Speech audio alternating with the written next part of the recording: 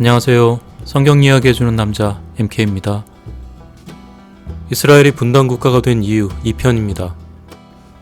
솔로몬이 여호와를 배신하고 이방신을 섬기자 여호와는 나라를 두 개로 갈라놓겠다고 선언합니다. 여호와는 여로보암을 택해서 10개 지파를 다스리는 왕으로 만들겠다고 말합니다. 솔로몬이 여로보암을 죽이려고 하죠. 여로보암은 솔로몬을 피해서 이집트로 도망갑니다. 여기까지가 전편의 이야기였습니다. 여로보암이 도망가 있는 동안 마침내 솔로몬이 죽습니다.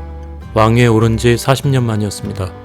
솔로몬의 뒤를 이어 그의 아들 르호보암이 왕이 됩니다.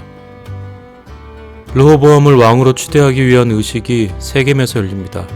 세겜은 예루살렘보다 북쪽에 있는 성읍인데 에브라임 지파의 영역입니다. 그리고 이스라엘 백성들은 이집트에 피신 중이던 여로보암을 은밀히 불러들입니다. 여로보암이 바로 에브라임 지파 출신입니다. 세겜에서 추대식을 연 건 유다 지파를 제외한 나머지 지파들의 정치적 계산이 깔려있다고 봐야 할 것 같습니다. 솔로몬은 성전과 왕궁을 건설했죠. 성전에 7년, 왕궁에 13년, 공사기간만 도합 20년이 걸렸습니다. 뿐만 아니라 이스라엘 전역의 성들을 새로 쌓고 보수하는데 많은 노동력이 필요했습니다. 이스라엘 백성들은 끊임없는 국가 노역에 시달려야 했죠. 솔로몬이 왕으로 있을 때는 그 위세에 눌려 찍소리 못했지만 만만한 젊은 왕을 상대로 자신들의 요구를 관철시킬 생각이었던 거죠. 뜻대로 되지 않을 때는 곧바로 여로보암을 왕으로 삼아 독립할 속셈이었을 겁니다. 사정을 모르는 르호보암은 추대식에 참석하기 위해 예루살렘을 떠나 세겜에 도착합니다. 새로운 왕과 백성들이 만나는 자리에 여로보암이 짠 하고 나타납니다. 그리고는 르호보암에게 이렇게 요구합니다. 임금님의 아버지께서는 우리에게 무거운 멍에를 메우셨습니다. 이제 임금님께서는 임금님의 아버지께서 우리에게 지워주신 중노동과 그가 우리에게 메워주신 이 무거운 멍에를 가볍게 해주십시오. 그러면 우리가 임금님을 섬기겠습니다. 르호보암이 왕이 됐을 때 나이가 41살이었습니다. 적은 나이는 아니죠. 하지만 오랫동안 왕위에 있었던 아버지의 그늘에 가려서 실제 정치 경험은 거의 없었을 겁니다. 이 순간 르호보암은 자기가 할 수 있는 최선의 대답을 합니다. 사흘 후에 다시 오시오. 르호보암은 일단 아버지 때부터 함께 일했던 원로 신하들을 불러서 상의합니다. 원로들은 백성들의 요구를 들어주고 좋은 말로 대답하라고 알려주죠. 이어서 르호보암은 자기와 함께 자란 젊은 신하들을 불러서 똑같은 걸 물어봅니다. 젊은 신하들이 대답합니다. 임금님께서는 이 백성에게 이렇게 말씀하십시오. 내 새끼손가락 하나가 내 아버지의 허리보다 굵다. 내 아버지가 너희에게 무거운 멍에를 메웠다. 그러나 나는 이제 너희에게 그것보다 더 무거운 멍에를 메우겠다. 내 아버지는 너희를 가죽 채찍으로 매질하 했지만 나는 너희를 쇠 채찍으로 치겠다. 하고 말씀하십시오. 사흘이 지나고 여로보암과 백성들이 왔을 때 르호보암은 젊은 신하들이 알려준 대로 대답합니다.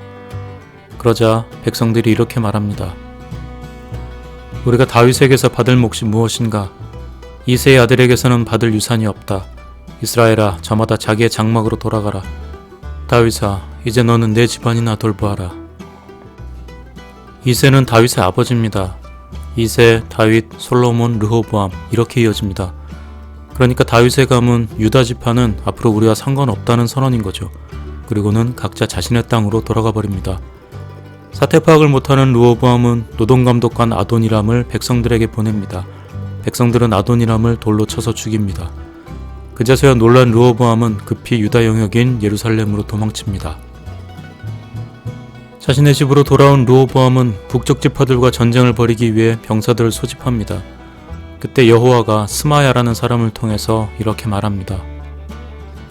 나 주가 말한다. 일이 이렇게 된 것은 내가 시킨 것이다. 너희는 올라가지 말아라. 너희의 동족인 이스라엘 자손과 싸우지 말고 저마다 자기 집으로 돌아가거라.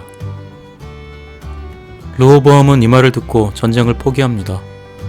이렇게 해서 이스라엘은 남유다와 북이스라엘 두 개로 갈라집니다. 르우벤, 시므온, 이사갈, 스불론, 단, 납달리, 갓, 아셀, 에브라임, 므낫세 10개 지파가 북이스라엘이란 이름 아래 뭉칩니다. 여호와가 유다 외에 한 지파만은 솔로몬에게 남겨주겠다고 말했었죠. 그 말대로 베냐민 지파가 유다 지파에 합류합니다.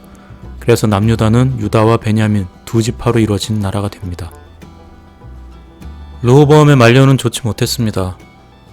왕이 된 지 5년 후 이집트가 예루살렘을 침략합니다.